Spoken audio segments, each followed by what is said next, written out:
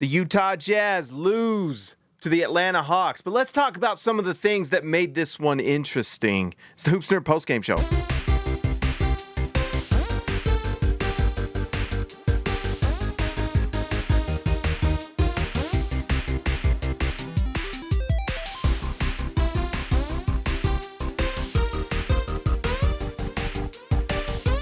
All right, guys. So the Jazz lose to the Atlanta Hawks. They are now 0 for their last 19, or it might be 20 on their road games. They have done everything they needed to get this top spot in the lottery standings. Come lottery night, Utah has the best possible shot at Cooper Flag out there. And if they don't win it, then they at least get a top 5 pick.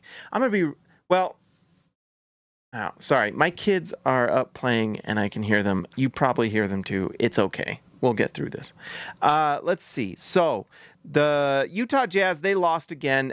This game was crazy because of the score total. I think the highest number of combined points in a game this season was not this one, but the Jazz and Hawks got close. I think it was 299. So between the two, they got close. Probably 15 points off there, give or take. This was a game where no defense was played. No one cared to guard anyone. Everyone was scoring. So there's not a lot to talk about. I mean, the Hawks ended up winning the game, but there's a few things with the Hawks that are interesting. I like Onyeka Okongwu. Zachary Regis-Shea might win Rookie of the Year. We'll see. I think Stephon Castle's probably my guy, but if you give it to Regis-Shea, I'm fine with that. Not much to say there. The best thing from this game for the Utah Jazz was just nice to see two guys have big nights for Utah, Isaiah Collier and Keyonte George, especially Keyonte George, who had a career-high 35. He was awesome. I got the recap up on slcdunk.com. You can read that there if you'd like. But one thing I wrote about there and talked about is that, we know that Key can do these things. The question is consistency and also defense. But it's just nice that he's still putting nights like this up. You kind of compare what Key did tonight to Kyle Filipowski. By the way, Kyle Filipowski looks just exhausted to me. When you watch him take those free throws today, you saw him take a few. He looked utterly exhausted. I think 24 minutes was really all he had. This rookie season, he's getting a lot of minutes, and it's taken a toll. And, it's going to be a big off season for him just to learn to stand up to, how tough it is to be an NBA player physically. It's just 82 games. It's different than baseball where you're spending 90% of the game, you're either standing in the field or sitting in a dugout. And it's in the NFL, you've got one game a week, 17 games. And if you're out with a hamstring, it's like 13, 14 games total for an NFL season. NBA is just brutal. And so for a rookie like Filipowski, it's got to be just rough. So that said, it's nice to see Keyonte George have just an incredible night. The guy is just a baller. He's going to go out. He's going to play every single game you ask him to. The guy hoops, as they say, right? Now, the thing that he's got to do is be more consistent, take less bad shots. But when he has a night like tonight where he's making everything, it's not a bad thing. This offseason is going to be huge for Keyonte George because we're going to want to see what he can improve in his game. The biggest thing, like I already said, and we talk about this all the time, and this is every player on the Jazz really, but it's just consistency and defense. The biggest thing, probably defense. And why do I talk about defense? Well, if you look here, Utah this season, I looked it up. It's pretty wild. Look at this. Worst defense in NBA history. And the only team that got close was last year's Utah Jazz team. Worst team in NBA history. So, and I know that the Spurs, by the way, if this is a good omen, look at this. Worst defenses, 22-23, the Spurs, who did they win? Victor Wembanyama. And the Hornets, was it 22-23-24? That might have been last year. Yeah, that was last year. They did not win. But look, pretty good sign. They got Wembanyama. Is this the year the Jazz get Cooper Flag? Maybe that's the way you appease the basketball gods, is with the bad defense, and then you get Cooper Flag or Victor Wembanyama. Maybe. But it is certainly how the Jazz have lost these games. They definitely, you can see here, the Pelicans also doing the same thing. That's the playbook. If you want to lose games, don't play defense. You want to win games, play some defense. And that's really what the Jazz have to do. Their players have to improve defensively, and especially Keyonte George, because I think Keyonte George has such potential offensively, but the defense has got to be better. Collier, it was nice to see him get another double-digit assist night. 17 points, 12 assists for Collier, just 4 turnovers. So this is a bounce-back night for him. The Hawks obviously were awful defensively tonight, and he's not hitting his threes consistently yet. We'll see if that's what he can do next season. But it is nice to see him get those assist numbers out. This is 2 double-digit assist games for Collier in his last 3 games. So that was nice to see.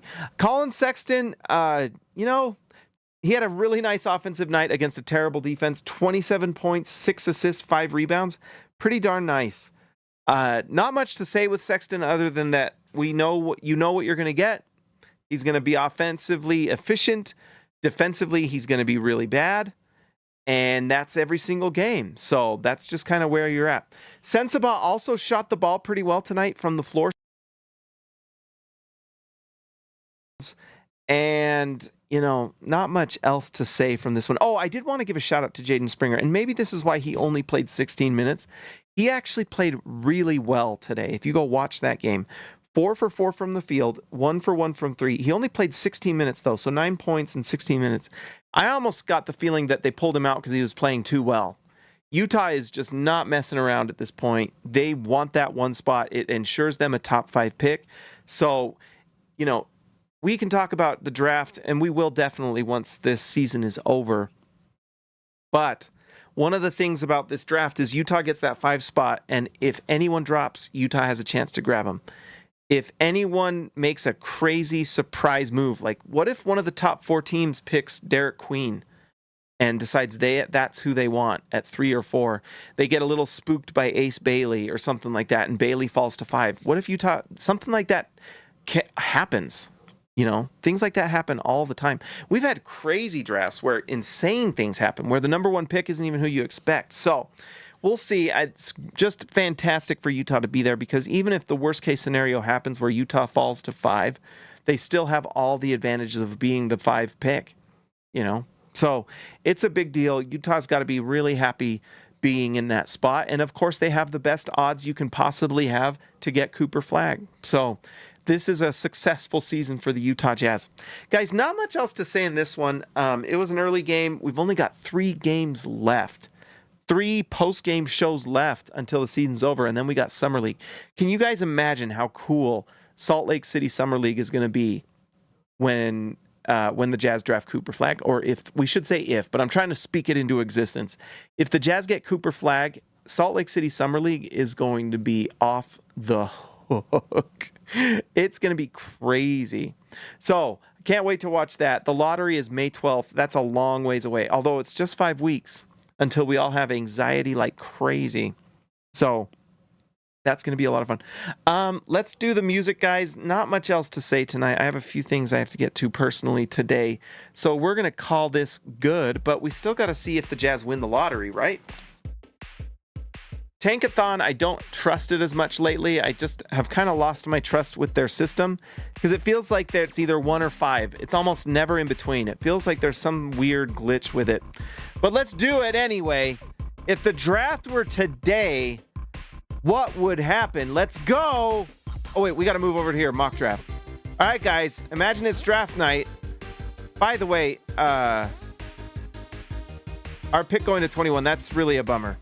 All right, let's see. If the lottery was today, what would happen? See, I told you, I don't trust it. It's every time. It's either 1 or 5. It's not in between. It's crazy. I think Utah's getting a top 4 no matter what. I just think that's absolutely going to happen. Like, how is this? You know what I mean? Come on. And then you'll do it and Jazz will get the 1. Nope, 5. 5. That's crazy. There is no way Utah. That's just nuts. I don't trust it. I don't trust it. You're ruining my show, Tankathon. And the Fanspo one, I like it, but they don't update it at all. So that's really disappointing to have such a cool tool and then not have it updated. What are you doing, Fanspo? You'd be getting pub from me. All right, let's give a Let's give a shout out to our All-Stars tonight. Let's give a shout out to Christian House Money to Haas, Robert Hall of Fame, Cam Bam, thank you, ma'am, Ryan Edward Perry, the legend, I believe in Steve Jazz Exile, Baby Elliot Manson, see ya, Lex Slater, Jordan the Goat Best Roll, Austin our Grant Editor Extraordinaire, KG1 to TH5, and Patrick Akubo, the Connoisseur.